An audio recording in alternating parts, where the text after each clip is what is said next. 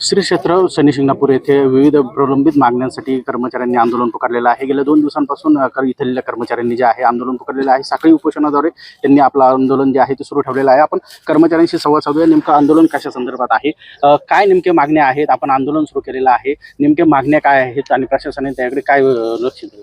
Sir, मागण्यात जर सांगायचं ठरलं तर आमचं मूळ मागणी आहे, बोनस आमचा दिवाळीपासून झालेला नाही, जो वर्षानुवर्ष या ठिकाणी चालत आलेला आमचा बोनस आहे, हक्काचा बोनस आहे।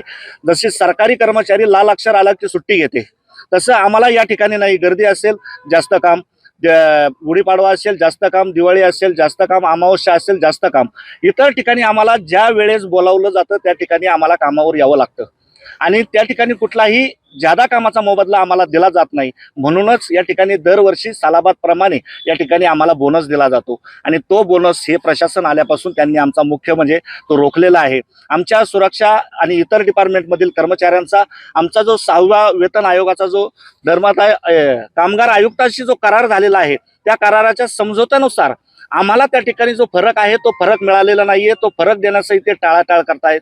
पीएफ शासन एकीकडे सांगताय की पीएफ भरलाच पाहिजे, शासन पीएफ साठी दंड आकारतं, व्याज आकारतं। पहिल्या 2 महिन्यासाठी 40%, दुसऱ्यासाठी 20%, अशा पद्धतीनं शासन पीएफ वरील दंड आकारते आणि हे सरकार मात्र आमचा पीएफ वेळेवर या ठिकाणी भरत नाहीये। पॉलिसी असेल, स्टार हेल्थ असेल, जर यदा कदाचित स्टार हेल्थ पॉलिसी सरकारने फक्त त्यांच्या मनमानीपणामुळे जर या ठिकाणी भरली नाही आणि उद्या जर आमच्या एखाद्या कर्मचाऱ्यावर जर न घडो कुठली एखादं संकट आलं, वेळ आली, तर दवाखान्याचा खर्च हे शासन आम्हाला देणार का, याची आम्हाला उत्तरं या ठिकाणी हवी आहोत। आम्ही हे प्रश्न त्यांच्याकडे वेळोवेळी कागदोपत्री मागितलेले आहेत आणि यांना ह्या मागण्यांचं निवेदन आम्ही अनेकदा दिलेलं आहे, परंतु आमच्या कुठल्याही मागण्यावर यांनी आतापर्यंत तोडगा काढलेला नाही। म्हणून आम्हाला हे आंदोलन या ठिकाणी करावं लागतंय। कालपासून आम्ही हे आंदोलन 5 जणांनी उपोषणाद्वारे सुरू केलेलं आहे। 5 जण आम्ही बेमुदत उपोषणासाठी बसलेलो आहोत। बाकी साखळी पद्धतीनं आहे, काम एकदम सुरळीत आमचं चालू आहे। भाविकांना कुठलीही त्रास होणार नाही याची सर्व जबाबदारी आम्ही कर्मचारी युनियन आम्ही या ठिकाणी घेत आहोत।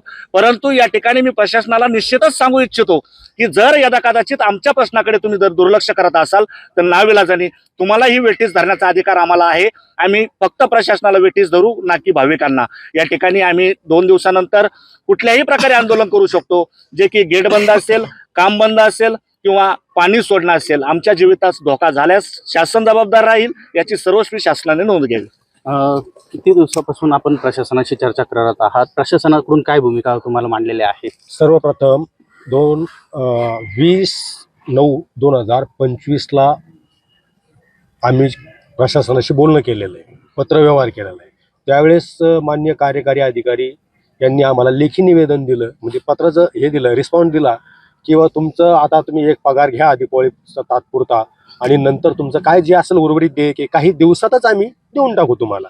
पण आता काही दिवसाचे काही महिने झाले, त्या महिन्यामध्ये आम्ही पत्रव्यवहारही केले, प्रत्यक्ष भेटीही घेतल्या, परंतु त्याच्यावर कोणताही तोडगा किंवा रिस्पॉन्स त्यांनी दिलेला नाही।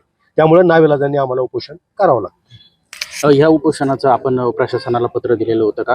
त्यांचं त्यावर काय प्रतिक्रिया आलेली होती? बिलकुल, अगदी 15 दिवस अगोदर आपण प्रशासनाला, कलेक्टर साहेबांना, कामगार आयुक्त, धर्मदाय आयुक्त, पालकमंत्री, आमदार साहेब, SP ऑफिस, सर्व ठिकाणी आम्ही प्रति दिलेले आहे की आम्ही 15 दिवसांनी उपोषणाला बसणार आहोत।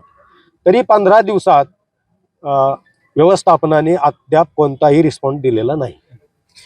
काय पुढची भूमिका राहणार आहे? आता जर प्रशासनाने दिली नाही तर आपली भूमिका काय राहणार आहे? उपोषण तीव्र करावं लागेल आम्हाला।